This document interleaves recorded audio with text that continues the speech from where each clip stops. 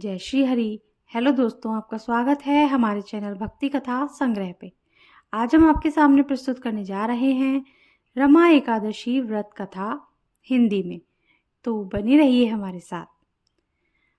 धर्मराज युधिष्ठिर कहने लगे कि हे भगवान, मैंने अश्विन शुक्ल एकादशी अर्थात पापाकुंशा एकादशी का विस्तार पूर्वक वर्णन सुना।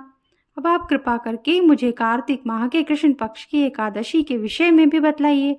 इस एकादशी का क्या नाम है और इसके व्रत का क्या विधान है, इसकी विधि क्या है, इसका व्रत करने से किस फल की प्राप्ति होती है, कृपया यह सब विधान पूर्वक कहिए।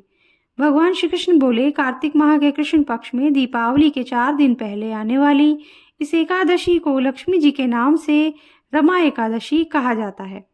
इसे पुण्यदायिनी एकादशी के नाम से भी जाना जाता है। इसके प्रभाव से ब्रह्म हत्या जैसे महापाप भी दूर हो जाते हैं। यह बड़े बड़े पापों का नाश करने वाली है। इसका महात्म्य मैं तुमसे कहता हूँ, ध्यान पूर्वक सुनो। हे राजन, प्राचीन काल में मुचुकुंद नाम का एक राजा था।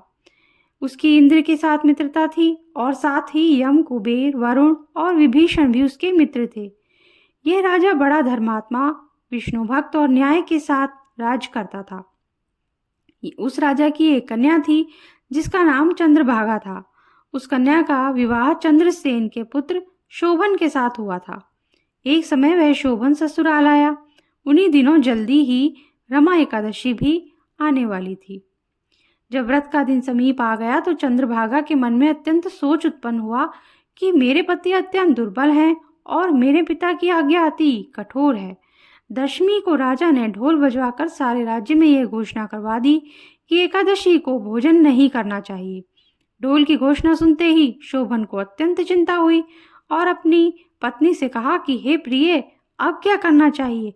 मैं किसी प्रकार भी भूख सहन नहीं कर सकूंगा। ऐसा उपाय बताओ कि जिससे मेरे प्राण बच सकें, अन्यथा मेरे प्राण अवश्य ही चले जाएंगे। चंद्रभागा कहने लगी कि हे स्वामी, मेरे पिता के राज में एकादशी के दिन कोई भी भोजन नहीं करता है। हाथी, घोड़ा, ऊंट, बिल्ली, गौ आदि भी तृण, अन्न, जल आदि ग्रहण नहीं कर सकते। फिर मनुष्य का तो कहना ही क्या है। यदि आप भोजन करना चाहते हैं तो किसी दूसरे स्थान पर चले जाइए, क्योंकि यदि आप यहाँ रहना चाहते हैं तो आपको अवश्य ही व्रत करना पड़ेगा। ऐसा सुनकर शोभन कहने लगा कि हे प्रिय, मैं अवश्य व्रत करूंगा। जो भाग्य में होगा वह देखा जाएगा। इस प्रकार से विचार कर शोभन ने व्रत रख लिया और वह भूख व प्यास से अत्यंत पीड़ित होने लगा। जब सूर्य नारायण अस्त हो गए और रात्रि को जागरण का समय आया, जो वैष्णवों को अत्यंत हर्ष देने वाला था, परंतु शोभन के लिए अत्यंत दुखदायी हुआ। प्रातःकाल होते शोभन के प्राण निकल गए। तब राजा ने सुगंधित काष्ठ से उसका दाह संस्कार करवाया, परंतु चंद्रभागा ने अपने पिता की आज्ञा से अपने शरीर को दग्ध नहीं किया और शोभन की अंत्येष्टि क्रिया के बाद अपने पिता के घर में ही रहने लगी। रमा एकादशी के प्रभाव से शोभन को मंदराचल पर्वत पर धन धान्य से युक्त तथा शत्रुओं से रहित एक सुंदर देवपुर प्राप्त हुआ। वह अत्यंत सुंदर रत्न और वैदूर्य मणि जटित स्वर्ण के खंभों पर निर्मित अनेक प्रकार की स्फटिक मणियों से सुशोभित भवन में बहुमूल्य वस्त्राभूषणों तथा छत्र व चंवर से विभूषित गंधर्व और अप्सराओं से युक्त सिंहासन पर आरूढ़ ऐसा शोभायमान होता था मानो दूसरा इंद्र विराजमान हो।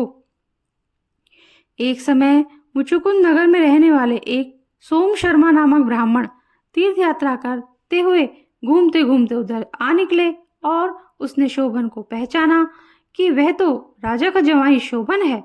उसके निकट गए। शोभन भी उसे पहचानकर अपने आसन से उठकर उनके पास आया और प्रणाम आदि करके कुशल प्रश्न किया। ब्राह्मण ने कहा कि राजा मुचुकुंद और आपकी पत्नी कुशल से हैं। नगर में भी सब प्रकार से कुशल हैं, परंतु हे राजन, हमें आश्चर्य हो रहा है। आप अपना वृत्तांत कहिए कि ऐसा सुंदर नगर जो ना कभी देखा न सुना, आपको कैसे प्राप्त हुआ?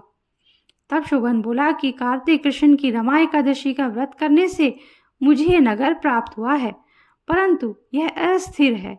यह स्थिर हो जाए ऐसा उपाय बताइए। ब्राह्मण कहने लगे कि हे राजन, यह स्थिर क्यों नहीं है और कैसे स्थिर हो सकता है? आप बताइए, फिर मैं अश्वमेव वह उपाय करूँगा। मेरी इस बात को आप मिथ्या ना समझिए। शोभन ने कहा कि मैंने इस व्रत को श्रद्धा रहित होकर किया था, अतः यह सब कुछ अस्थिर है। यदि आप मुचुकुंद की कन्या चंद्रभागा को यह सब वृत्तांत कहें तो यह स्थिर हो सकता है। ऐसा सुनकर उस श्रेष्ठ ब्राह्मण ने अपने नगर लौटकर चंद्रभागा से सब वृत्तांत कह सुनाया। ब्राह्मण के वचन सुनकर चंद्रभागा बड़ी प्रसन्नता से ब्राह्मण से कहने लगी कि हे ब्राह्मण, ये सब बातें आपने प्रत्यक्ष देखी हैं या स्वप्न की बातें कर रहे हैं? ब्राह्मण कहने लगा कि हे पुत्री, मैंने महावन में तुम्हारे पति को प्रत्यक्ष देखा है, साथ ही किसी से विजय न हो ऐसा देवताओं के नगर के समान उनका नगर भी देखा है।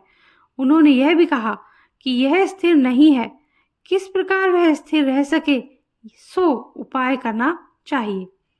चंद्रभागा कहने लगी, हे विप्र, तुम मुझे वहां ले चलो, मुझे मेरे पति के दर्शन की तीव्र लालसा है। मैं आपके किए हुए पुण्य से उस नगर को स्थिर बना दूंगी। आप ऐसा कार्य कीजिए जिससे उनका हमारा संयोग हो, क्योंकि वियोगी को मिला देना महान पुण्य है। सोम शर्मा यह बात सुनकर चंद्रभागा को लेकर मंदराचल पर्वत के समीप वामदेव ऋषि के आश्रम पर गया। वामदेव जी ने सारी बात सुनकर वेद मंत्रों के उच्चारण से चंद्रभागा का अभिषेक कर दिया। तब ऋषि के मंत्र के प्रभाव से एकादशी के व्रत से चंद्रभागा का शरीर दिव्य हो गया और वह दिव्य गति को प्राप्त हुई। इसके बाद बड़ी प्रसन्नता के साथ अपने पति के निकट गई।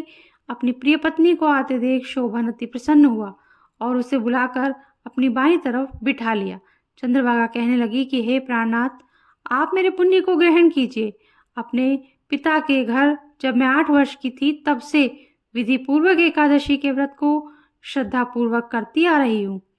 इस पुण्य के प्रताप से आपका यह नगर स्थिर हो जाएगा तथा समस्त कर्मों से युक्त होकर प्रलय के अंत तक रहेगा। इस प्रकार चंद्रभागा ने दिव्य आभूषणों और वस्त्रों से सज्जित होकर अपने पति के साथ आनंद पूर्वक रहने लगी। हे राजन, यह मैंने रमा एकादशी का महात्म्य कहा है। जो मनुष्य इस व्रत को करते हैं उनके ब्रह्म हत्या आदि समस्त पाप नष्ट हो जाते हैं। कृष्ण पक्ष और शुक्ल पक्ष दोनों ही एकादशियां समान होती हैं, इनमें कोई भेदभाव नहीं है, दोनों समान फल देती हैं। जो मनुष्य इस महात्म्य को पढ़ते हैं और सुनते हैं वे समस्त पापों से छूटकर विष्णु लोक को प्राप्त होते हैं।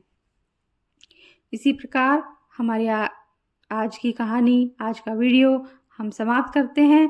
अगर आपको अच्छा लगा हो तो लाइक कर दीजिए और अगर आपने अब तक हमारे चैनल को सब्सक्राइब नहीं किया है तो सब्सक्राइब कर दीजिए, बेल आइकन प्रेस कर दीजिए ताकि हमारे आगे आने वाले वीडियोस के नोटिफिकेशन आपको आसानी से मिल सके। Thank you. जय श्री हरि।